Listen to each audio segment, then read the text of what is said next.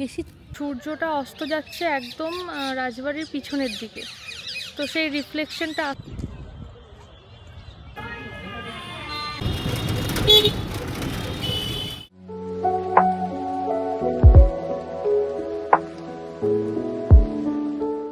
Hello, আমি শ্রেয়া। আমার channel heavens ডায়েরির নতুন একটা ভিডিওতে তোমাদেরকে অনেক অনেক ওয়েলকাম। আশা করছি তোমরা সবাই খুব ভালো আছো, আমিও বেশ ভালো আছি। এর আগের ভিডিওতে আমি তোমাদের সাথে শেয়ার করেছিলাম শিয়ালদা টু আলিপুরদুয়ার কাঞ্চনকন্যা এক্সপ্রেসের জার্নির অভিজ্ঞতা। আর দুপুর 12:30 নাগাদ আমরা আলিপুরদুয়ারে নেমে পড়েছিলাম। তারপরে অটো করে কোচবিহার যাচ্ছিলাম। ট্রেন থেকে নেমে অটো করে সোজা চলে এসেছি আমার কলেজ আচার্য ব্রজেন্দ্রনাথ শীল কলেজ, কোচবিহার। এই কলেজে আমি ডিস্টেন্সে এমএসসি করছি, এই জন্যেই এবারের ট্রিপটা কোচবিহার ঘুরে করা।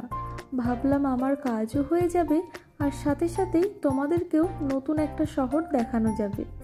যাই হোক, এখানে আমার অ্যাসাইনমেন্টগুলো সাবমিট করার ছিল, সেই কাজ হয়ে গেছে।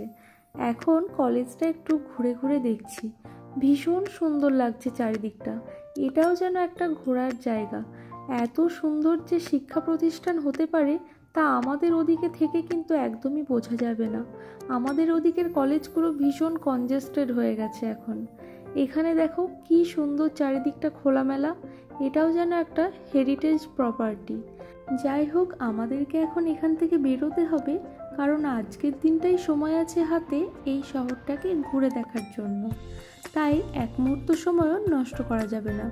কলেজ থেকে বেরিয়েই টোটো করে নিয়েছি, এখন যাচ্ছি সোজা কোচবিহার রাজবাড়ি। কোচবিহার রাজবাড়ি নাকি সন্ধ্যে 6টার মধ্যেই বন্ধ হয়ে যায়, তাই ভাবলাম আগে রাজবাড়িটা ভিজিট করে নিই। এমনিতেও হোটেল আমরা বুক করে আসিনি, একটু দেরি হবে বুক করতে, তাই ভাবলাম আগে রাজবাড়িটা দেখে নিই, তারপরে যাব যেখানে যাওয়ার।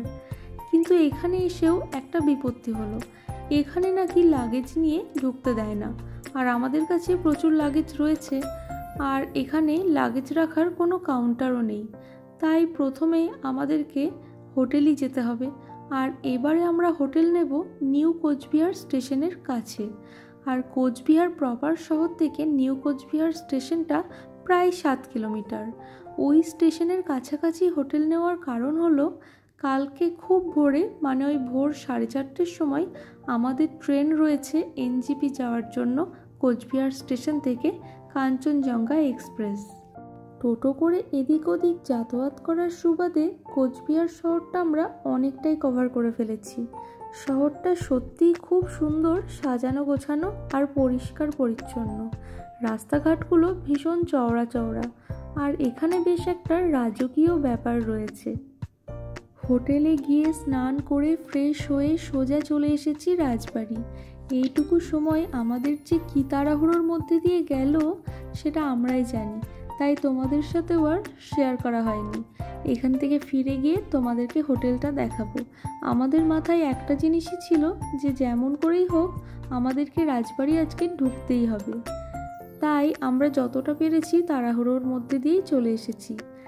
আর এখানে এসে সত্যিই অসাধারণ লাগছে। আমার তো মনে হয় এই বিকেলবেলাটাই পারফেক্ট টাইম এখানে আসার জন্য। রাজবাড়ির ঠিক পিছনে পশ্চিম দিকে সূর্য প্রায় অস্তাচলে, সেই রিফ্লেকশনটা এদিকে আসছে। কি যে অসাধারণ লাগছে বলে বোঝাতে পারবো না, খুব সুন্দর লাগছে। আর এখানে ঢোকা থেকেই আমার কেমন একটা ভিক্টোরিয়ার মতো ফিল হচ্ছে। আমাদের কলকাতার যেমন ভিক্টোরিয়া, এটা কিন্তু অনেকটা সেরকমই মনে হচ্ছে আমার। কিন্তু যত রাজবাড়ির দিকে আমরা এগিয়ে আসছি, মানে কাছে আসছি, সৌন্দর্য যেন বেড়েই চলেছে। যাই হোক, একটা কথা তো বলাই হয়নি, এই রাজবাড়িতে ঢোকার জন্য পার পার্সন প্রবেশ মূল্য হচ্ছে 25 টাকা করে। আর আজকে আমরা মিউজিয়াম ঢুকতে পারবো না, কোনো কারণে বন্ধ রয়েছে।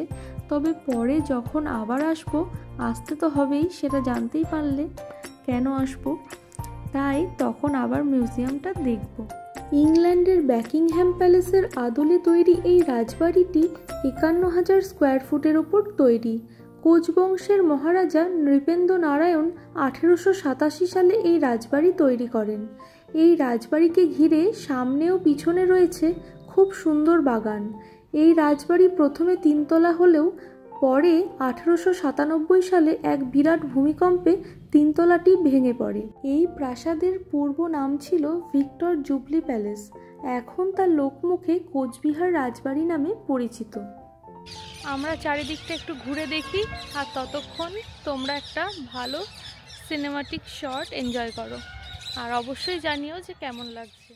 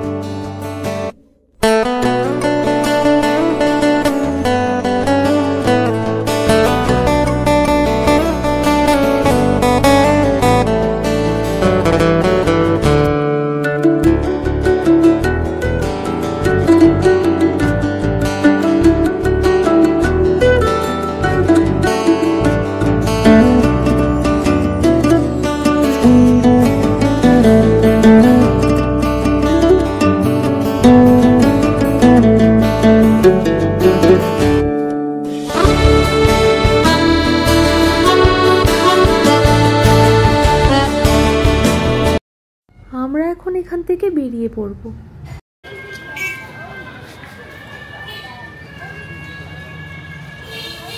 দূর থেকে সানাইয়ের আওয়াজ শুনে ঠিক বুঝেছি এই হলো সেই মদনমোহন মন্দির, যা কোচবিহারে ভীষণভাবে প্রসিদ্ধ। মদনমোহন অর্থাৎ ভগবান শ্রীকৃষ্ণের আর এক নাম। কোচবিহারের মহারাজা নৃপেন্দ্র রায় 1889 সালে এটি প্রতিষ্ঠা করেন। রাজমাতা নিশিময়ী দেবী 1890 সালে এই মন্দির উদ্বোধন করেন। এই মন্দিরের মধ্যে আরও কিছু দেবদেবীর পুজো হয়। একদিকে রয়েছে মা কালী, আর এক পাশে রয়েছে মা তারা এবং অপর দিকে রয়েছে মা ভবানী।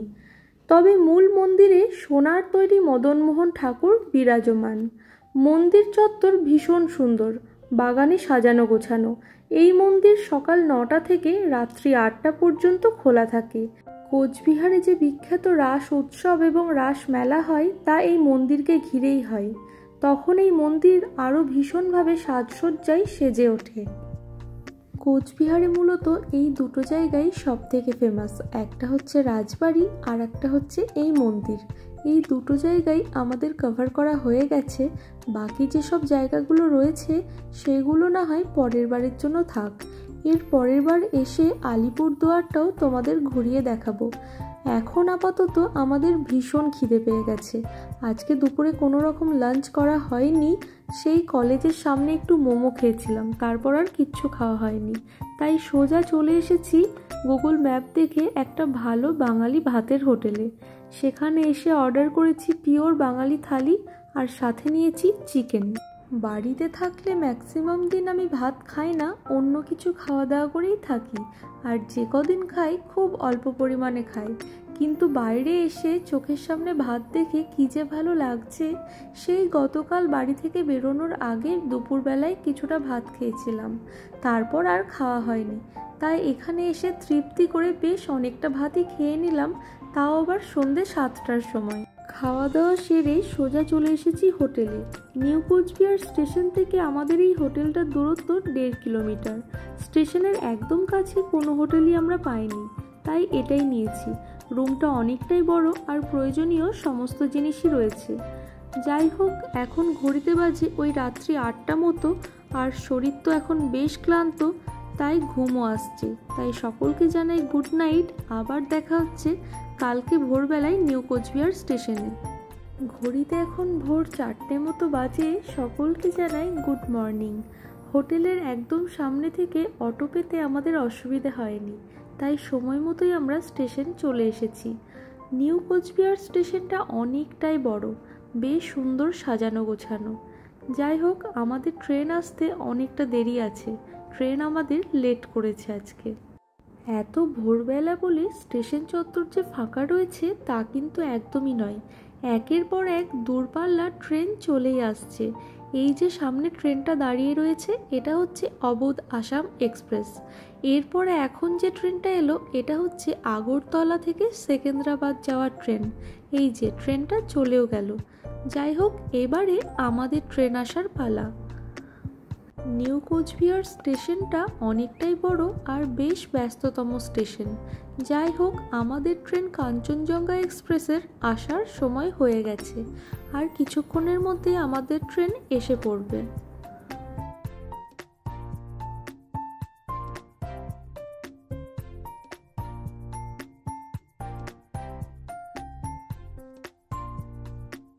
ঘড়িতে এখন ভোর 5:20 মতো বাজে, আর আমরা আমাদের ট্রেনে উঠে পড়েছি।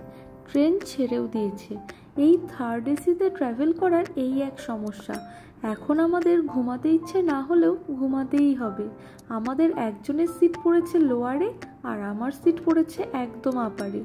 কিছুই করার নেই, সবাই ঘুমাচ্ছে এখন, তাই অগত্যা আমিও আমার সিটে শুয়েই পড়লাম, আর কিছুক্ষণের জন্য ঘুমিয়েও গেছিলাম। ঘুম ভাঙতেই দেখি সকাল 7:10 মতো বাজে, আর আমাদের ট্রেন এনজিপি স্টেশন পৌঁছে গেছে। তাই তাড়াতাড়ি করে নেমে পড়লাম। আর এই জায়গাটা তো আমাদের সবারই চেনা, তোমাদেরও নিশ্চয়ই চেনা। এটা এনজিপি স্টেশনের ওভারব্রিজ। এনজিপি স্টেশন এখন অমৃত ভারত প্রজেক্টের জন্য আন্ডার কনস্ট্রাকশন, তাই চারিদিকে ধুলো বালিতে একদম ভর্তি, আর রাস্তা নেই বললেই চলে। তাই বেশ অসুবিধার মধ্যেই পড়তে হলো। যাই হোক, আর কিছু মাসের মধ্যেই আশা করা যায় এই স্টেশনের ভোল বদলাবে। এনজিপি স্টেশনের বাইরে একটা হোটেলে ছোলে ভাটুরে দিয়ে আজকে সকালের ব্রেকফাস্টটা সেরে নিলাম। এরপর সোজা চলে এলাম বাইক রেন্টের ওখানে। এবারের নর্থ বেঙ্গল ট্রিপে এটাই ছিল আসল চমক। এবার আমরা পাহাড় এক্সপ্লোর করব বাইকে করে। অনেক গাড়িতে করে ঘুরেছি, এবার আমরা নিজেদের মতো করে ঘুরবো, নিজেদের ইচ্ছে মতো। আর এটা আমাদের প্রথম এক্সপিরিয়েন্স। আশা করছি তোমাদের সকলের খুব ভালো লাগবে। সেসব ভিডিও এর পরের ব্লগে থাকবে। আজকের এই ভিডিও তাহলে এখানেই শেষ করছি। তোমাদের যদি ভালো লেগে থাকে তাহলে অবশ্যই like, share, comment and subscribe করে দিও।